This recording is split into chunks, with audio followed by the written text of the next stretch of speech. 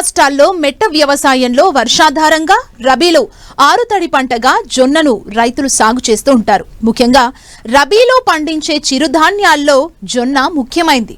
ప్రస్తుతం రబీ జొన్నను విత్తేందుకు చాలా మంది రైతులు సిద్ధమవుతున్నారు. అయితే అధిక దిగుబడులను సాధించాలంటే ఆయా ప్రాంతాలకు అనువైన రకాల ఎంపిక, సాగు విధానంలో పాటించాల్సిన సూచనల గురించి తెలియజేస్తున్నారు ఆదిలాబాద్ వ్యవసాయ పరిశోధనా స్థానం శాస్త్రవేత్త రాజశేఖర్.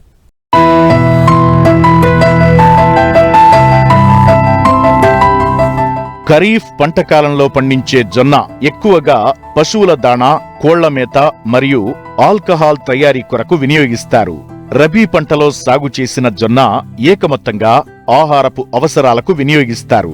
అయితే ఇటీవలి కాలంలో ఆరోగ్యాన్నిచ్చే ఆహారపు పంటగా జొన్న బహుళ ప్రజాదరణ పొందింది. మార్కెట్ ధర కూడా ఆశాజనకంగా ఉండటం వల్ల జొన్నను రబీలో ఎక్కువ స్థాయిలో పండించడానికి రైతాంగం మొగ్గు చూపుతున్నారు. అయితే తక్కువ కాలంలో అధిక దిగుబడులను ఇచ్చే జొన్న రకాలను సాగు చేస్తే మంచి ఆదాయం వస్తుంది. అయితే జొన్న పంటను చీడపీడల నుండి కాపాడుకునేందుకు విత్తే ముందే విత్తన శుద్ధి చేసుకోవాలని రైతులకు సాగు వివరాలు తెలియజేస్తున్నారు ఆదిలాబాద్ వ్యవసాయ పరిశోధనా స్థానం శాస్త్రవేత్త రాజశేఖర్. రబీ పంటగా రైతులు ఈ జొన్నను ఈ మధ్య కాలంలో ఎక్కువ విస్తీర్ణంలో సాగు చేస్తూ ఉన్నారు. అయితే ఈ జొన్న పంట అనేది ఇప్పటి నుంచి జనవరి చివరి వరకు వేసుకునే అవకాశం ఉంది. అయితే ఈ సాయిల్స్ని బట్టి మరి రకాలు హైబ్రిడ్లను ఎన్నుకోవాల్సిన అవసరం ఉంది. అయితే ముఖ్యంగా ఈ జొన్న పంటను నల్లరేగడి భూముల్లోనూ అదేవిధంగా ఎర్రరేగడి భూముల్లో కూడా సాగు చేసుకోవచ్చు. అయితే ఎర్రరేగడి భూముల్లో సాగు చేసే జొన్నకి 2 నుంచి 3 తడులు ఇవ్వాల్సిన అవసరం ఉంటుంది. అదే నల్లరేగడి భూముల్లో మరి 3 నుంచి 5 తడులు ఇవ్వాల్సిన అవసరం ఉంటుంది. అదేవిధంగా మరి ఎర్రరేగడి భూముల్లో అయితే మరి హైబ్రిడ్లకు బదులు రకాలను వేసుకుంటే బాగుంటుంది. రకాలు కూడా మా ప్రొఫెసర్ జయశంకర్ తెలంగాణ వ్యవసాయ విశ్వవిద్యాలయం నుంచి రూపొందించినటువంటి సిఎస్వి రకాలు పాలెం నుంచి చాలా ఉన్నాయి. సో అవి వేసుకున్నట్లయితే ఎకరానికి సుమారుగా 12 నుంచి 14 క్వింటాలు వచ్చే అవకాశం ఉంటుంది. అదేవిధంగా భూమిలో పోషకాలు తక్కువ ఉన్నందున ఈ వెరైటీ వేసుకుంటే ఎర్రరేగడి భూముల్లో బాగుంటుంది. ఇకపోతే నల్లరేగడి భూముల్లో హైబ్రిడ్లు అనేటివి మార్కెట్లో చాలా వరకు లభ్యమవుతూ ఉన్నాయి.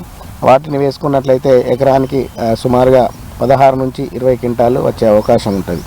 కాబట్టి ఈ విధంగా భూమిని బట్టి సాయిల్స్ని బట్టి ఆ రకాలు కానీ హైబ్రిడ్లు కానీ ఎంచుకోవాలి.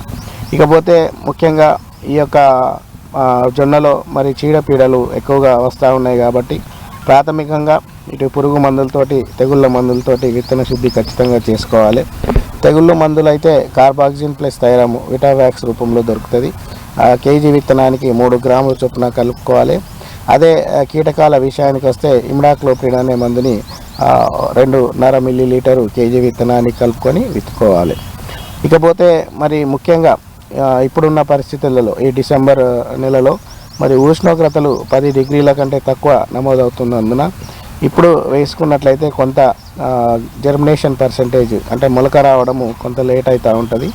కాబట్టి అదేవిధంగా మరి ఫిబ్రవరి మాసంలో కూడా రైతులు ఈ జొన్న పంటను వేసుకోకుంటే బాగుంటుంది. ఎందుకంటే పూత కాత దశలో ముఖ్యంగా 30 డిగ్రీల సెంటీగ్రేడ్ కంటే ఎక్కువ ఉన్నట్లయితే ఈ గింజ అనేది సరిగా కట్టకుండా మరి దిగుబడి చాలా వరకు తగ్గే అవకాశం ఉంటుంది. అదేవిధంగా రాబో కాలంలో ఖరీఫ్ కాలంలో ఏ పంట వేసినా కూడా కొంత ఇబ్బంది అయ్యే అవకాశం ఉంటుంది. కాబట్టి ఫిబ్రవరిలో ఈ జొన్న పంటను విత్తుకోకుంటే బాగుంటుంది.